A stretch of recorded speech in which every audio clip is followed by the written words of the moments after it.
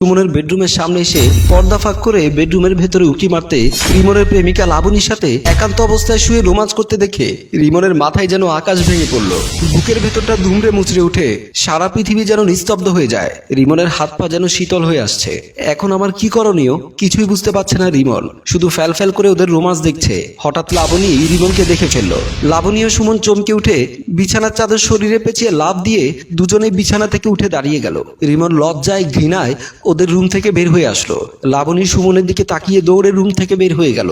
লাবণী দৌড়ে এসে রিমনের পা জড়িয়ে ধরে কান্না করতে লাগলো। পা ছাড়ো বলছি, তুমি আমাকে ক্ষমা করো, আমার ভুল হয়েছে। ক্ষমা? কিসের ক্ষমা? এমন সময় সুমন এসে পাশে দাঁড়িয়ে বলল, রিমন আসতে কোনো কষ্ট হয়নি তো? কথাটা শোনা মাত্রই লাবণী অবাক হয়ে দাঁড়িয়ে গেল। আসতে কোনো কষ্ট হয়নি, তবে তোদের অবৈধ মেলামেশা দেখে এখন কষ্ট হচ্ছে। দোস্ত, কষ্টের কথা পরে বলিস, আগে আমার বাজিতে জেতা টাকাটা দে। লাবণী অবাক হয়ে বলল, কিসের টাকা? আরে বাজিতে জেতা টাকা। কিসের বাজি? আমি সুমনকে চ্যালেঞ্জ দিয়ে বলেছিলাম তোমাকে আমি আমার বিছানায় নিয়ে তোমার সাথে শারীরিক সম্পর্ক করবই, কিন্তু সুমনের তো তোমার প্রতি অগাধ বিশ্বাস, তোমাকে নাকি আমি পটাতেই পারবো না। কিরে সুমন, কথা বলছিস না কেন? রিমনের মুখে এমন কথা শুনে লাবণী যেন নিজের কানকে বিশ্বাস করাতে পারছে না। কাপা কাপা কণ্ঠে বলল, তাহলে তুমি আমার সাথে নাটক করলে? সুমন লাবণীকে টান দিয়ে গালে কষে চর বসিয়ে দিয়ে বলল, রিমন যদি তোর সাথে নাটক করে থাকে তাহলে তুই আমার সাথে এতদিন কি করেছিস মনে পড়ে? একটু মনে করে দেখ। বিছানায় সুমনের বুকের উপরে মাথা রেখে লাবণী বলল, জীবনের পরম সুখটুকু তুমি আমায় দিলে, সারা জীবন এইভাবে আমায় পাশে রেখো। সুমন মুচকি হেসে বলল, আর যদি না রাখি? সুমনের বুক থেকে মাথাটা তুলে কাঁদো কাঁদো গলায় বলল, তাহলে মরে যাব। মরে যাবে কেন? নতুন কাউকে খুঁজে নেবে। আমি তোমাকে ছাড়া আর কাউকে ভাবতেও পারি না। তুমি আমাকে ভুলে যাওয়ার আগে গলা টিপে মেরে ফেলো। তোমার হাতে মরতে চাই, তবুও তোমাকে ছেড়ে যেতে চায় না। সুমন লাবণীকে টান দিয়ে বুকের সাথে শক্ত করে জড়িয়ে ধরে বলল, তোমার কথা শুনে আমার বুকটা ভুলে গেছে। অনেক ভালোবাসি তোমাকে, ভুলতে পারবো না। তুমিও ভুলে যেও না। লাবণীর মুখে হাসি ফুটলো। পরের দিন রেস্টুরেন্টে সুমন একা বসে চা খাচ্ছে। এমন সময় লাবণী রেস্টুরেন্টে প্রবেশ করলো। সুমন বলল, তুমি এসেছো? লাবণী পাশের চেয়ারে বসে বলল, কি ব্যাপার, আজ বাসায় যেতে না বলে রেস্টুরেন্টে ডাকলে কেন? আমার প্রাণের চেয়ে প্রিয় বন্ধুর সাথে তোমাকে পরিচয় করিয়ে দিতে। ও তাই? তা তোমার বন্ধু কোথায়? এই তো এক্ষুনি চলে আসবে। আসলে বাহিরে কোথাও তোমার সাথে দেখা করতে আমার ভালো লাগে না, সব সময় তোমার ফ্ল্যাটে একান্তে তোমার সাথে সময় কাটাতে ইচ্ছে করে। এমন সময় রিমন রেস্টুরেন্টে প্রবেশ করলো। সবাইকে হাই দিল। লাবণী হ্যান্ডসাম রিমনকে দেখে পা থেকে মাথা পর্যন্ত তাকিয়ে দেখলো। সুমন বলল, বস রিমন, এই হলো তোর হবু ভাবি। লাবণী হাত বাড়িয়ে রিমনের হাত ধরে হ্যান্ডশেক করলো। রিমন কিছুটা অবাক হলো, মনে মনে ভাবলো, এই কেমন মেয়ে, আমি হাত না বাড়াতে নিজের হাতই বাড়িয়ে হ্যান্ডশেক করলো। পরিচয় পর্ব শেষে একে অপরের সাথে কথা বলছে, কিন্তু রিমন লক্ষ্য করলো লাবণী বারবার তার দিকে বাঁকা চোখে তাকাচ্ছে আর মুচকি মুচকি হাসছে। তারপরও রিমন দুজনের সাথে স্বাভাবিকভাবে কথা বলতে থাকলো। সুমনকে কিছুই বুঝতে দিল না। কথা বলার ফাঁকে লাবণী কৌশলে রিমনের মোবাইল নাম্বারটা নিয়ে নিল। তারপর আবার সবাইকে একে অপরের সাথে হাসি মুখে কথা বলতে লাগলো। রাতে রিমন ছাদে দাঁড়িয়ে দক্ষিণা হাওয়া খেতে খেতে ভাবছে, সুমন কি তবে ভুল করছে?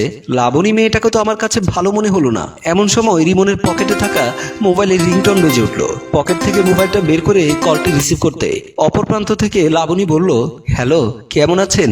ভালো। আপনি কে বলছেন? আমি লাবণী, চিনতে পেরেছেন? রিমন মনে মনে বলল, তোমাকেই তো আমি খুঁজছি। হ্যাঁ হ্যাঁ, চিনতে পেরেছি। তা কেমন আছেন? এই তো ভালো আছি। আচ্ছা রিমন সাহেব, একটা কথা বলবো, কিছু মনে করবেন না তো? বলুন, কি বলবেন? আপনার বন্ধু সুমন এত আনরোমান্টিক কেন? আপনাকে দেখে তো খুব রোমান্টিক মনে হলো। কি বলছেন? আমি রোমান্টিক? আমি রোমান্টিক আর সুমন আনরোমান্টিক, কথাটা ঠিক বুঝতে পারলাম না।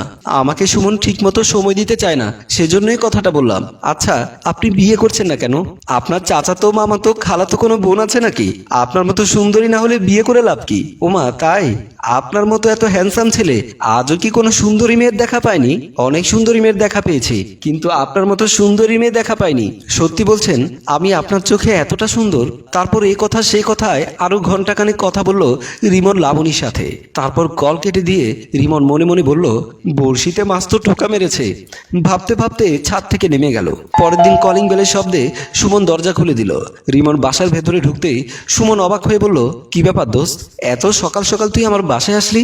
তোর সাথে বাজি ধরতে আসলাম। কিসের বাজি? তোর প্রেমিকা লাবণীকে নিয়ে বাজি ধরতে আসলাম। কি বলছিস তুই? তোর কি মাথা ঠিক আছে? আমার মাথা ঠিকই আছে বন্ধু, কিন্তু তোর মাথা ঠিক নেই।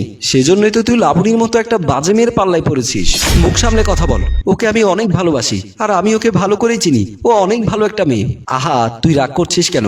যদি ভালো মেয়ে হয় তাহলে তুই বাজিতে জিতে যাবি, আর যদি খারাপ মেয়ে হয় তাহলে তুই বাজিতে হেরে যাবি। কি 1,00,000 টাকা লাগাবি বাজি?